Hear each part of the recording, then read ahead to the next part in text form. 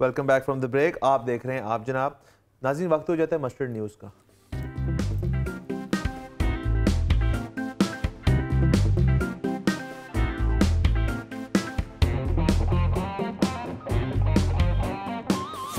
पहली खबर मेरी हो गया। ये सज्जी दिखा के कभी मारी। पहली खबर ये है कि इमरान खान साहब का एक बैनुल-अक़वामी चैनल के ऊपर इंटरव्यू चल रहा था और वो जब इंटरव्यू एंड हुआ, यानी कि अब हम मशवरे देंगे उनको, उसके ऊपर उन्होंने जाते जाते कहा कि शॉट के अंदर उनके ना एक ब्रीफ केस पकड़े हुए एक शख्स आए जो उनके साथ हमेशा होते हैं, खान साहब के साथ, हर प्राइम मिनिस्टर के साथ होते हैं। तो उन्होंने कहा ये ब्रीफ केस जो इसके अंदर न्यूक्लियर कोड्स हैं, तो इसकी ज़रा मैं थोड़ी सी वजाहत करते हैं। उसका न्यूक्लियर कोड नहीं होते, जोक। हाँ नहीं, मुझे जोक उन्होंने संजीदा कहा था, नहीं उसके अंदर असल में जैमर लगा होता है ताकि किसी किस्म की चीज़ें, वैसे चूंकि खान साहब को पता नहीं, उन्होंने कहा यार नाल ही रखो, मतलब उनको पता नहीं वो कह देंगे यार, लेकिन वैसे जितनी इन्फॉर्मेशन हमारे पास है तो ये बात शायद थोड़ी इनकी इनएक्यूरेट थी। ये प्राइम मिनिस्टर जहाँ पे भी जाता है साथ जैमर होते हैं, तो इस जैमर से सिर्फ बम डिफ्यूज होते हैं या मतलब वो नहीं चलते या फोन भी नहीं चलते? फोन शोन जो रेडियो फ्रीक्वेंसी एमिट करती कोई भी डिवाइस वो जैम हो जाती है। मैं उस दिन देखी थी कि प्यूटिन की सिक्योरिटी टीम ने बताऊं क्या किया हुआ है, जब वो जा रहे होते हैं ना तो पता नहीं कितना रेडियस है जिसमें सबका जीपीएस काम करना छोड़ देता है। जीपीएस बता, अगर आप रशिया में गाड़ी चला रहे हैं आपका जीपीएस बताएगा आप न्यूयॉर्क में गाड़ी चला रहे हैं, तो सब परेशान हो जाते हैं। तो तुम तो फिर ना मिलना पीएम साहब, मुशर्रफ साहब, तुम्हारी तो इंस्टाग्राम की स्टोरी। आपको ये भी बताऊं कि मुशर्रफ साहब की जो बचत हुई थी एक नहीं बल्कि 2 दफा, वो भी इसी वजह से थी कि जो उनके हमले हुए थे वो जो जैमर लगवे थे गुजरने के बाद वो धमाके हुए थे फिर। तो ये चीजें जो होती हैं जरूरी होती हैं, प्रोटोकॉल्स होते हैं। खैर हम तो अपने पास, हमारे पास जो इन्फॉर्मेशन है उसके ऊपर बता रहे हैं। अच्छा चले जी अली, आपकी खबर। मेरी खबर ये है कि इस तरह की खबरें आती रहती हैं वैसे, कि एक हजाम को गैस का 11 लाख रुपए का बिल आया है और दुरुस्त करने से भी इनकार कर दिया गया है उनको महकमे ने। और इस पे ना आपने सुनी होंगी इस तरह की खबरें आती रहती हैं, गरीबों को ज्यादा बिल आ गया और ये वो। तो इस पे मुझे याद आ जाता है कि एक दफा इसी तरह किसी को गैस का बिल आ गया बहुत ज्यादा और ये लोग एहतजाज कर रहे थे। तो रिपोर्टर्स का आपको पता है वो हर जगह पहुंच जाते हैं और पहला सवाल ही होता है कि आप कैसा महसूस कर रहे हैं। तो एक गरीब आदमी को उसने माइक दिया कि आप कैसा महसूस कर रहे हैं। तो कहता है मेरा 10 लाख का गैस का बिल आ गया, मैं कि दोजख नु पैप देता है।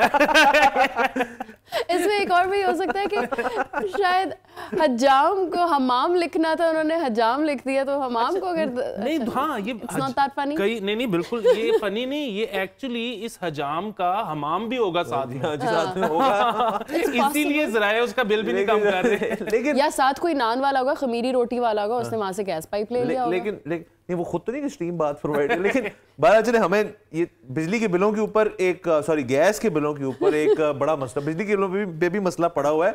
गैस के बिलों पे तो हमने कई रिपोर्ट्स देखी, जैसे नाक में आपने कहा माइक डाल देते हैं रिपोर्टर, के लोग बड़े परेशान है इस चीज से। Try it with you. नहीं ना करें। अच्छा चलिए आपकी खबर। मेरी खबर है, अच्छा ये बड़े मजे की है, पता नहीं कितने मजे की होने वाली, मगर मेरे बॉस आपको बोला ही क्या है। वकार ज़का ने एक नई पॉलिटिकल पार्टी को लॉन्च किया है और उसका नाम उन्होंने रखा है तहरीके tech, living on the edge, you know. तहरीके टेक नाम रखा है उन्होंने। क्यों? क्योंकि वो कहते हैं जो करंट हुकूमतें हैं वो टेक्नोलॉजी वगैरह प्रोग्रेस पे कोई काम नहीं कर रही। ये वही शख्स हैं लंबे बालों वाले जो अक्सर नजर आते हैं सड़कों पे मार खाते हुए लोगों से। ये मैंने आपको बोला ही क्या है, जिनको देखते साथ ही दिल करता है कि 4-5 गालियां वैसे ही बंदा देते। तौबा तौबा, कितनी गलत बात है। आपका गैस का बिल ज्यादा आएगा। तमाम सोशल मीडिया पे उनकी जो फॉलोइंग है उसको हम तीनों मिलके सारी जिंदगी भी नहीं वो हासिल कर सकते। उसकी वजह ये कि जो वो हरकतें करते हैं वो भी हम तीनों मिल भी जाए तो नहीं कर सकते। उसकी सिर्फ वजह ये है, और उसमें ये भी चीज भी शामिल है, अली का मुझे नहीं पता, पर मैं कभी कोई सियासी पार्टी नहीं खोलूंगा। लेकिन अब मजेदार बात पता है क्या है इसके अंदर, कि कौन ज्वाइन करेगा इनकी पार्टी को? कोई नामवर शख्स होगा? अली चलो चले, ये अकेले रह जाएंगे, ये मुशर्रफ साहब की तरह तो नहीं बन जाएंगे कहीं जो हम आगे चलते हैं। वो एक खबर इंटरनेशनल खबर है, बहुत मजेदार इंटरेस्टिंग है। साइंस की दुनिया से एक खबर जो हमारे पास आई है कि पहली दफा दुनिया के अंदर एक ब्लैक होल की तस्वीर जो है वो मिली है। 8 मुख्तलिफ ममालिक की सैटेलाइट्स को मुश्तरका इस्तेमाल करते हुए एक ख़ास ऐसे दिन पे जब वेदर भी ऐसा हो कि जब वो तस्वीर कैप्चर कर सकें, और इसके अंदर जो किस्म की साइंसी चीज़ इस्तेमाल हुई उसको बयान करने में तो बहुत टाइम लगेगा, वो मैं नहीं करूँगा। बट एक ये बहुत बहुत बड़ी एफर्ट है और मैं खासतौर पे क्योंकि इस तरह की गीक्स वाली चीज़ें कुछ एंजॉय करता हूँ, तो ये शुक्र है हमारी ही जिंदगी में रहते रहते हमने देख ली कि ब्लैक होल की जो थियरी आइंस्टाइन, स्टीफन हॉकिंग और इस तरह के नामवर साइंसदानों ने इसको बताया था कि ये एग्जिस्ट करते हैं, और इनको दिखा देना तो बहरहाल एक बहुत जबरदस्त चीज है। आपको पता है इसकी जो डेटा कलेक्शन वगैरह है वो खातून ने की है? ये खातून ने की थी, और बड़ी यंग खातून है, और पता नहीं, एक तो जीबी होते हैं जो फोन के अंदर, इतने जीबी का, ये पेटाबाइट्स पे डेटा बनाया गया है, ये टीबी से भी बड़ा है, बहुत बड़ा, मतलब ये एफर्ट इतनी बड़ी है। और इसके बाद जो इसके अंदर से ब्लैक होल, मैं ये बताता चलूं, ब्लैक होल एक ऐसी एंटिटी होती है जो ये हमारे सोलर सिस्टम से भी बड़ी हो सकती है, और ये वाहिद ऐसी एंटिटी जो स्पेस में, जो मैथमेटिकली इस बात को प्रूव किया गया है कि जो स्पीड ऑफ लाइट से ज्यादा तो कोई चीज नहीं होती, ये वाहिद वो एंटिटी इतनी बड़ी होती है कि स्पीड ऑफ लाइट को कैप्चर कर लेती है अपने अंदर, यानी इसके अंदर जो भी जाता है वो बाहर नहीं आ सकता, और उसके अंदर बहुत साइंसी बातें हैं। लेकिन इसके ऊपर मैंने ये बात भी सुना है कि मोदी साहब बड़े परेशान हैं, वो कहते हैं ऐसी की तैसी ब्लैक होल की, ये कौन सी बड़ी बात है? मैं इसको भी देख लूंगा। मैं इस पे ये कहना चाहता हूँ कि ये जो इदारा और ये खातून जिन्होंने ये सारा कुछ किया है, कि आपको तस्वीर चाहिए थी, तस्वीर आपको मिल गई है। हाँ। अब वो जो सारी पेटाबाइट हार्ड डिस्क की थी, उनका क्लाउड बना दें, उससे सबका फायदा होगा, सबका फायदा होगा, उसको उस पे आप $4 पर मंथ कमाएं। ठीक है, आपकी खबर। अच्छा, मेरी खबर ये है He said it with such a smile on his face कि पीएम साहब को मुबारक हो। पीएम साहब को पता लग गया कि अद्वियात की कीमतें बढ़ गई हैं। हाँ, उन्होंने कहा 72 घंटे के अंदर कितने घंटों पुरानी सतह पर ले आए। अच्छा, 72 घंटे, यानी कि अगर पीटीआई मैथ्स की जाए तो 72 घंटों का मतलब है कुछ 4 को 5 महीने। हाँ। तो उससे ज्यादा तो होनी चाहिए, क्योंकि 6 महीने में तो मुल्क भी ठीक होना था। ऐसे ना गए 1 करोड़ जॉब्स भी तो आने वाली हैं, अगर मैथ खराब है तो उस पे करेंगे अभी वो। अच्छा, अभी ये ना वैसे कमाल है कि एक तो खान जी का साबुन स्लो है, इनको पता ही लेट चलता है कि हुआ क्या है। पप्पू तुम्हारा साबुन स्लो है क्या? कब से दवाइयां महंगी हुई हैं, इनको आज पता लग गया कि ओहो ये क्या हुआ है। अच्छा, दूसरा ये कि उन्होंने कहा 72 घंटे में वापस कर दें, भाई कैसे? नहीं बैठे बस ऑर्डर आ गया, क्योंकि मैं आपको बताया ना कि कुछ भी चलेगा। और ये ना, इनको इस तरह की खबरें मुशर्रफ दौर में भी आती थी, लेकिन वो समझ आती थी कि वो डिक्टेटर है। हालांकि कराते ये सारी ब्यूरोक्रेसी और ये जो सारा सिस्टम जो चला रहे हैं ना, ये उनको भी सब, मैं क्या लफ्ज इस्तेमाल कर सकता हूँ, पोलाइट सब बुद्धू ही बनाते थे कि वो रोज सुबह उठ के आते थे और इनको ना बताते थे कि आज पाकिस्तान में सब्जियों की ये रेट लिस्ट है। वो कहते थे गोभी क्यों महंगी हो गई, ओहो गोभी क्यों महंगी हो गई, फोन करते थे सर गोभी कल की प्राइस पे वापस ले आए, वेरी गुड। अच्छा, इसमें आपको एक और मजेदार बात बताऊं, डॉक्टर राशमीन राशिद जो है, वो जो है उनसे एक मैं देख रहा था इंटरव्यू किसी ने, रिपोर्टर ने लिया इसी चीज के ऊपर, और उनसे पूछा कि ये दवाइयां जो महंगी हुई हैं इसके ऊपर आपका क्या बयान है और गवर्नमेंट का रद्द-ए-अमल क्या है इसके ऊपर।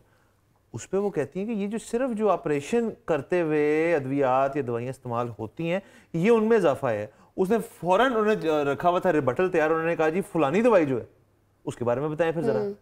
उन्होंने ऐसे लेफ्ट राइट इधर उधर करके उन्होंने कहा जी आप किस तरह बात करें, ये करते कराते चलेगी, तो इनके पास जवाब नहीं है, और ये बड़ी मुझे बात अजीबोगरीब लगती है। मैं सोच रही हूँ इमरान खान को किसने बताया कि दवाइयाँ महंगी होगी, शायद उनको दवाई की नहीं, शायद उनको दवाई की जरूरत थी, तो कहा ये तुम्हें 30 रुपए में लेता था, अब 40 ही क्यों दे रहे हो, तो कहा सर महंगी हो गई है। तो कहा वो यार ये क्या हो गया है। हैरत अंगेज बात है, आप मुझे बता रहे हैं कि यास्मीन राशिद साहिबा लाजवाब हो गई, लाजवाब थी, वरना पीटीआई जो है ना ये तो मास्टर है जुगतों में। अब तो इन्होंने इंटरनेशनली भी करनी शुरू कर दी। इनका ख्याल है कि दुनिया की हर चीज जो है ना वो नून लीग है और हमारी जिंदगी का मकसद है इसको जुगत कराना। उन्होंने अब इंग्लैंड से भी डिमांड कर दी कि कोहिनूर वापस करो। ये क्या सीन है, और फिर उसका आ रहा है कि उसको बेच के उसको डैम फंड में डाल दो पैसे। मैं कह रहा हूँ कुछ भी, हैशटैग कुछ भी, हैशटैग कुछ भी। अच्छा जी, आपसे एक तज्जिया इंफॉर्मेशन दे रहा हूँ, तज्जिया आप देंगे।